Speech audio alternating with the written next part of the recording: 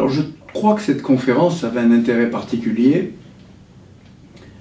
pour faire comprendre plusieurs choses. D'abord, l'éthique biomédicale qui était discutée quant à sa légitimité, à son rôle au début des années 90, s'est désormais totalement installée dans le débat national, dans le débat de notre société, et c'est ainsi que les premières lois ont été votées en 1994, et puis révisées en 2004, en 2011, et on entame la révision 2018-2019. Donc, la bioéthique est aujourd'hui clairement installée et légitime. La deuxième chose, c'est qu'elle accompagne d'abord, c'est sa mission, les avancées scientifiques.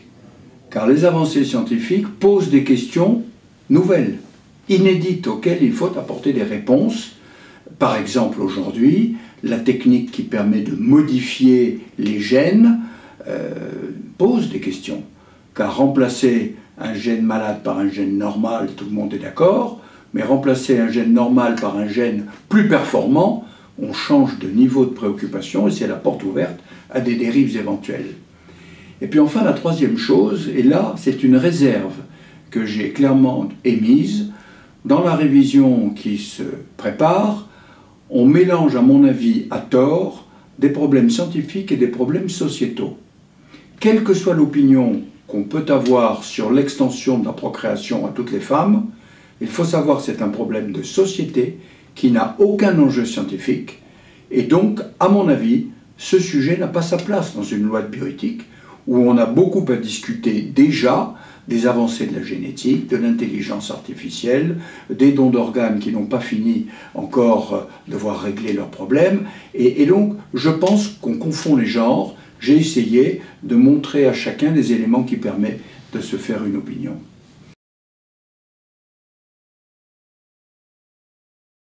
Alors la vision de l'avenir, elle dépend très clairement du tempérament de chacun, optimiste, pessimiste. Je suis un optimiste incurable qui croit dans notre humanité et dans l'homme. Malheureusement, l'homme a montré au cours de l'histoire qu'il perdait quelquefois le bon sens, la raison et la sagesse. Donc le message que j'ai voulu faire passer, c'est que oui, pour les avancées de la science, à condition d'en définir le bon usage et de garder très sérieusement la primauté de l'homme. C'est l'homme qui doit décider de ce qu'on fait de la science. Ça n'est jamais la science qui doit considérer l'homme comme son instrument.